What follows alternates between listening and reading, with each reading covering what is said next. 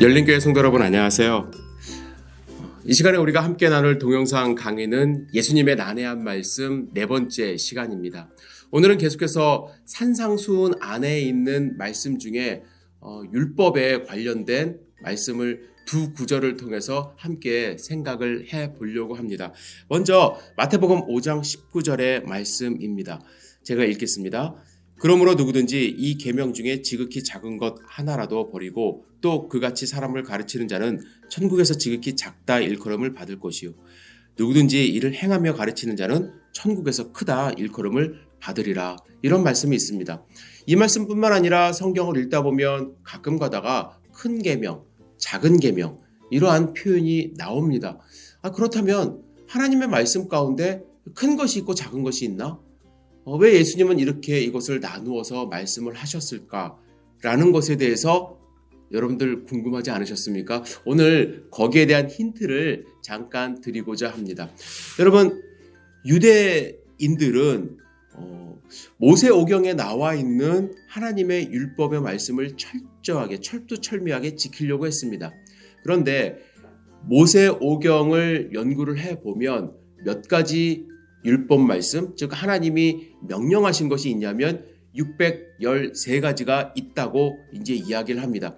그 중에서 613가지를 두 가지로 구분을 했는데 어떻게 구분을 했냐면 해라, 무엇을 해야 된다라고 긍정적인 명령어가 248개라고 이야기를 하고요. 무엇은 하지 마라라고 부정적으로 말씀하신 명령어가 365개라고 이야기를 합니다. 이것을 유대인들은 어떻게 받아들였냐면 248개라는 숫자를 사람의 몸의 관절을 이야기한다고 생각을 했고요. 마디마디 관절을 이야기를 했고요. 365개는 여러분들 딱 떠오르시죠? 1년 365일을 상징한다고 생각을 했습니다. 그래서 유대인들은 하나님이 주신 이 율법을 1년 중 하루도 빠짐없이 그리고 온몸의 관절 중 하나라도 어그러지지 않게 철저하게 순종해야 된다고 생각을 했습니다. 그런데 왜 그렇게 생각을 하게 되었는가를 먼저 말씀을 드리면 유대인들 여러분들이 아시는 것처럼 바벨론의 포로로 잡혀갈 때가 있었습니다. 이 바벨론의 포로로 잡혀간 것은 우리나라도 일제강점기가 상당히 수치스러운 그런 역사 아닙니까?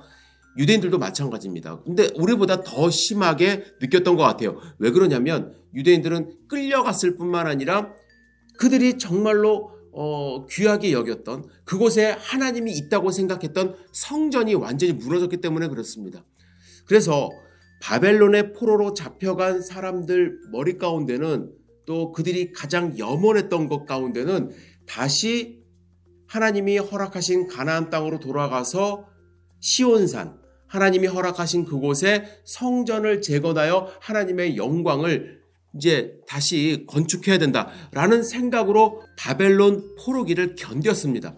70년을 견뎠지만 모두가 다 한꺼번에 돌아올 수 있었던 건 아니고 돌아오는 기간도 약 100년이 걸렸는데 즉 170년 정도를 언제 우리가 하나님이 허락하신 그 약속의 땅으로 돌아갈까를 고민을 했고 돌아가면 우리는 이러이러한 삶을 살아야 돼 라는 정신무장을 하고 돌아왔습니다. 그래서 돌아온 사람들 가운데 학자 에스라를 중심으로 율법을 제대로 지키자는 운동이 이제 일어난 것입니다.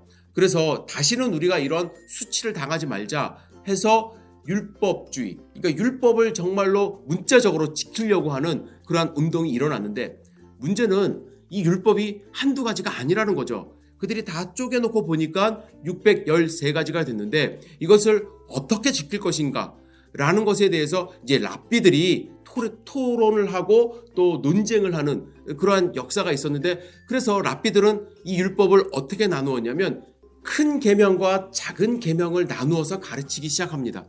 큰 계명은 절대적으로 꼭 지켜야 되는 계명이고 또 작은 계명은 우리가 알고 스쳐 지나가는 그런 계명의 어떠한 개념이라고 할 수 있죠. 예를 들겠습니다. 예를 들면 신명기 22장 6절의 말씀을 그들은 작은 계명이라고 생각을 했습니다. 제가 읽겠습니다. 길을 가다가 나무에나 땅에 있는 새의 보금자리에 새 새끼가 알이 있고 그 어미새가 그의 새끼나 알을 품는 것을 보거든 그 어미새와 새끼를 아울러 취하지 말고 어미는 반드시 놓아줄 것이요 새끼는 취하여도 되나니 그리하면 내가 복을 누리고 장수하리라. 이러한 말씀에 대해서는 그들이 뭐 심각하게 받아들이지는 않았다는 것입니다. 그냥 눈에 보이면 그렇게 하고 스쳐 지나가는 일들도 많이 있기 때문에 그냥 알고 지나가는 그러한 계명이 되었다는 것이죠. 제가 왜 이런 말씀을 드리냐면 이렇게 유대인들이 큰 계명, 작은 계명의 개념을 가지고 613가지를 보았기 때문에 예수님이 말씀하시는 마태복음 5장 21절에서 48절의 말씀을 우리는 그러한 개념에서 조금 바라봐야 된다라는 것입니다. 왜 그러냐면 학자들을 비롯해서 많은 사람들이 마태복음 5장 21절에서 48절에 나오는 이 말씀을 6가지 반제라는 제목으로 이제 가르치고 있거든요. 반제는 무엇이냐? 예수님이 이렇게 말씀을 하셨어요. 너희는 이렇게 들었다. 그러나 나는 이렇게 말한다. 그러니까 이러한 계명이 있지만 나는 그 개념에 반하여 이렇게 말한다라는 생각으로 이 본문을 해석을 한 거예요. 그래서 영어로는 안티테세, 어떠한 큰 테세가 있지만 주제가 있지만 예수님의 말씀은 거기에 반해서 다른 개념으로 말씀을 하셨다라고 생각을 하면서 이 본문을 해석하는 것입니다. 그런데 여러분들 조금 전에 제가 말씀을 드렸던 큰 계명과 작은 계명의 어떤 그러한 개념으로 이 6가지 명제를 살펴봐야 되는데 사람들이 큰 계명, 작은 계명이 아니라 명제와 반명제, 예수님이 그것에 대한 반에서 말씀하셨다라는 생각으로 보니까 이 본문의 해석이 조금 난해해지기 시작을 하는 것입니다. 그래서 예수님이 하시고자 하는 말씀은 무엇이었냐면 큰 계명의 주제를 말씀을 하시고 그것뿐만 아니라 작은 계명, 너희들이 생각하는 그 작은 계명도 함께 지켜야 된다라는 어떻게 보면 함께 지켜야 한다는 당위성으로 말씀을 하신 것입니다. 예를 들겠습니다. 예를 들면 이제 6가지 계명이 뭐 살인에 대해서, 간음에 대해서, 이혼에 대해서, 맹세에 대해서, 복수에 대해서, 이웃사랑에 대해서 이 큰 명제가 6가지가 나오는데 그 명제에 대해서 너희가 이렇게 들었지만 나는 이렇게도 이야기한다라고 하는 것입니다. 살인에 대해서 21절에 뭐라고 말씀하시냐면 옛 사람에게 말한 바, 여기서 말한 바는 그동안 너희들이 그렇게 듣고 왔고 또 옛사람이라고 하면은 모세 이후에 그 세대의 사람들입니다. 옛사람에게 말한 살인하지 말라. 누구든지 살인하면 심판을 받게 되리라 하였다는 것을 너희가 들었다. 너희가 그렇게 듣고 큰 계명처럼 여기고 있지만 나는 너희에게 이르노니 형제에게 노하는 자마다 심판을 받게 되고 형제에 대해서 나가라 하는 자는 공회에 잡혀가고 미련한 놈이라 하는 자는 지옥불에 들어가게 되리라. 예수님은 사람들은 이 살인하는 것에 대해서는 큰 계명이라고 알고 있기 때문에 잘 지킨다는 거예요. 그러나 정작 그들의 삶에서는 살인은 하진 않지만 형제를 미워하고 형제에 대해서 나가, 이건 이제 바보라는 욕을 하는 것이거든요. 이게 형제에 대해서 욕을 하고 또 미련한 놈이다라고 이제 이야기하는 사람은 똑같이 형벌을 받을 것이라고 말씀을 하시는 것입니다. 살인하는 행위를 하지 않는 것도 중요하지만 예수님의 말씀은 형제를 사랑하는 그러한 실천이 더 중요하다는 것이죠. 작게 생각하는 그러한 계명으로 치부할 것이 아니라 우리의 삶 가운데 아주 세밀한 부분도 우리가 지켜야 된다고 말씀을 하는 것이죠. 간음에 대해서 말씀하신 것 한 가지만 더 말씀을 나누겠습니다. 27절에 보면 또 간음하지 말라 하였다는 것을 너희가 들었으나, 간음이라는 것 그들은 안 할 수 있어요. 그런데 예수님은 더 나가십니다. 사람들이 작게 생각하는 부분까지도 터치하시죠. 나는 너에게 이르노니 음욕을 품고 여자를 보는 자마다 마음에 이미 간음하였느니라. 자기 마음을, 행위뿐만 아니라 마음을 다스려야 된다고 그 부분을 예수님이 지적하고 계시는 것입니다. 그래서 이 6가지 반제라고 알려진, 안티테세라고 알려진 이 말씀은 예수님이 원래 큰 계명을 반대해서 하시는 말씀이 아니라 큰 계명도 지켜야 하지만 작은 계명도 당연히 지켜야 한다는 의미로 하신 말씀임을 여러분들 꼭 기억하셔야만 합니다. 오늘 본문 한 가지를 더 말씀을 드리고 싶은데 마태복음 5장 42절의 말씀입니다. 제가 읽겠습니다. 내게 구하는 자에게 주며 내게 꾸고자 하는 자에게 거절하지 말라라는 말씀이 있습니다. 이 말씀을 우리가 받아들일 때 사실은 조금 당황스럽습니다. 왜 그러냐면 우리는 어떻게 교육을 받냐면 절대로 보증 쓰지 마라.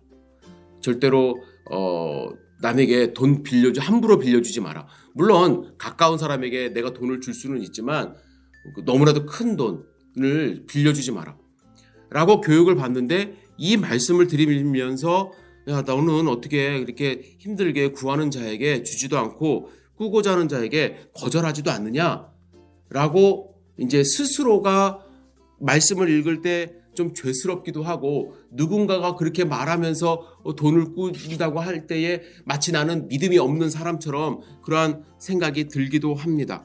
그죠? 그러면 이 말씀은 과연 우리에게 경제적으로 도움을 구하는 자에게 무조건 그냥 다 주라. 구하는 자에게 내 있는 것 다 주라 라는 것이 하나님의 뜻일까? 지금 현대 사회의 우리의 삶과 이 말씀을 어떻게 적용을 하고 현대 사회에서 이해를 해야 될까라고 생각이 되어집니다. 그래서 먼저 우리가 생각해야 될 것은 오늘 본문 말씀을 그 당시 사회에서는 어떻게 받아들였을까를 좀 생각하면서 읽어야 합니다. 먼저 돈을 빌려주라. 또 그리고 꾸고자 하는 자에게 거절하지 말라. 이 말씀이 지금 우리가 받아들이는 상황과는 조금 다르다는 것을 여러분들이 아셔야 합니다. 먼저 제가 읽었던 5장 42절은 5장 42절의 이 말씀은 히브리어에서 나타나는 평행법의 형태를 띠고 있습니다. 제가 마태복음은 유대인들을 향해서 이제 쓴 말씀이라고 하지 않았습니까? 그래서 유대인들에게 익숙한 어떠한 평행 구조로 이제 이야기했을 거다라고 추측이 되어집니다. 이것을 먼저 파악하는 것이 본문을 올바르게 이해하는 밑바탕인데요. 평행법은 히브리 사람들이 시적 표현뿐만 아니라 일상생활에서 많이 사용한 것입니다. 예를 들면 사무엘하 20장 1절에 우리는 다윗과 나눌 분깃이 없으며 이새의 아들에게서 받은 유산이 우리에게 없도다. 여기에는 다윗과 이새의 아들 그리고 분깃과 유산 서로 대꾸를 이루며 평행을 이룹니다. 호세아 13장 14절에 내가 그들을 수월의 권세에서 속량하며 사망에서 구속하리니 수월과 사망 그리고 속량과 구속 이것이 평행 대꾸를 이루면서 더 강조하는 내용으로 이루어집니다.